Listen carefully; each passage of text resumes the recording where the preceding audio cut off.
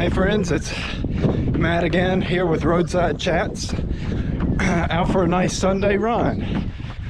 And one of our viewers called in today trying to find out what we thought about Shel Silverstein's The Giving Tree book. So I thought we'd share with you a nice little run out Weaver's Road, connecting up with Cook Creek Road. It's a beautiful landscape out here today. Doing some back roads run out here in the beautiful Rockingham County. So, Shel Silverstein's The Giving Tree. Panned by some critics, adored by families. What is it about? Well, it's a story of a boy, a tree, their love for one another. The question is it exploitative, where the tree is always condescending, arrogant, rude? Is the boy a taker? Or is it a sign of selfless love? A sign that maybe directs us to paying attention to the way that we care for others. Do we put other people first? Like all wonderful literature, some of the beauty of writers, it allows you as the reader to jump into the story, analyze it for yourself, and discern where it is that you sit. So looking at Shel Silverstein's work, we see the boy come into the tree's world, different stages of life, from early childhood through young teenage adolescent years, adulthood, parenthood perhaps, finally into old age. At every turn, the child has come to the tree, and the tree has in turn shared with him something of benefit to his life. We see the tree being a safe place where the young child can explore, climb, grow, giving him room to be himself, to find out who he is. Later in life, he's in search for getting on his own, making a way in the world. Tree shares with him some of its storehouse, ample supply of apples. The tree didn't go into want for that reason. Shared of his blessing. Perhaps you could say what God gave the tree a purpose for living and existing. He made apples. If you don't share the apples, they get thrown away, ruined, tossed aside.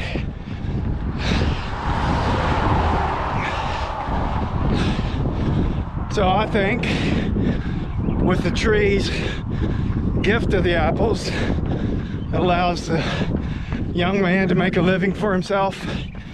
It gives the tree opportunity to share its seed, its fruit.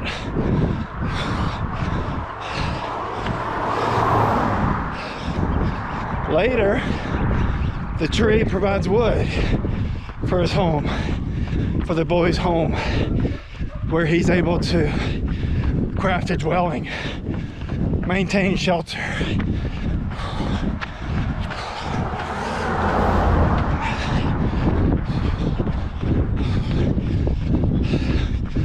And then the child has built a boat using the tree. Perhaps it's a sign of excess. Food, income is needed, so the person does not become a burden on society. That's a positive. Shelter is needed. Could the young boy have found shelter elsewhere? Perhaps. Is it also important to lean on others that you care for? Find strength from, allow them to be a blessing for your life? Yes. By the end of the book, Silverstein's work ends with the man as an elderly gentleman, having lived a full life. The tree is but a stump. All that he can provide is a place for the elderly man to sit down, to be at peace,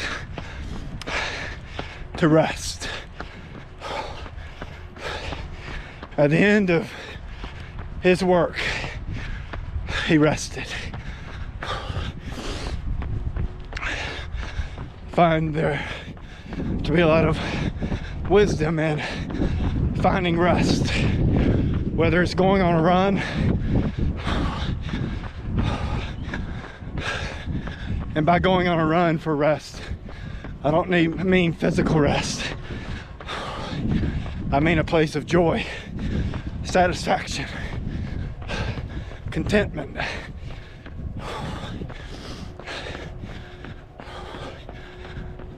But for this man who has lived the fullness of his years, coming back to the place that has meant so much to him, a place of refuge, of solidarity, a place of partnership, a place of life, I think it's only apropos that he goes back to complete that circle.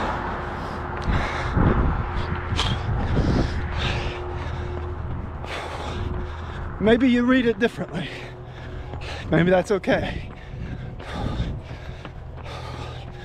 There are other themes that you could explore. Did the tree take advantage? Why does the tree always call him boy? Is it a true partnership? It reminds me of the biggest giving tree, cut down.